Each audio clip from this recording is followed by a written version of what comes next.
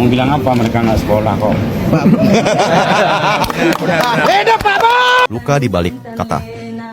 Di panggung megah, suara-suara melontar tajam, debat kandidat berubah menjadi bara yang menghujam. Earphone dicurigai, ricuh pun tak terelakkan. Namun yang paling melukai adalah kata yang tak beraturan. Kamu tidak sekolah, terucap dengan dingin, menusuk hati para kombatan yang hidupnya kering.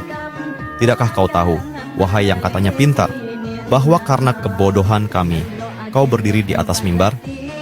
Kami yang tak sekolah, berjuang tanpa pamrih, membawa Aceh dari darah, luka, dan letih. Saudara-saudara kami gugur di medan perang, demi harapan yang kini kau pijak dengan bualan. Wahai calon pemimpin, jaga caramu berkata. Kau yang panjang sekolah, tunjukkan apa prestasimu di mata.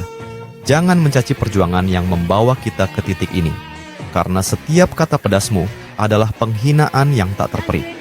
Kami mungkin bodoh, tapi kami berdarah-darah. Kami mungkin tak pintar, tapi kami punya marwah. Jangan lupa pada pondasi tempat kau berdiri, karena tanpanya kau tak lebih dari mimpi yang tak berarti.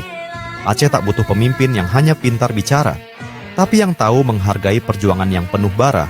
Kami tak minta banyak, hanya sedikit penghormatan, karena di balik bodoh kami ada darah dan keberanian.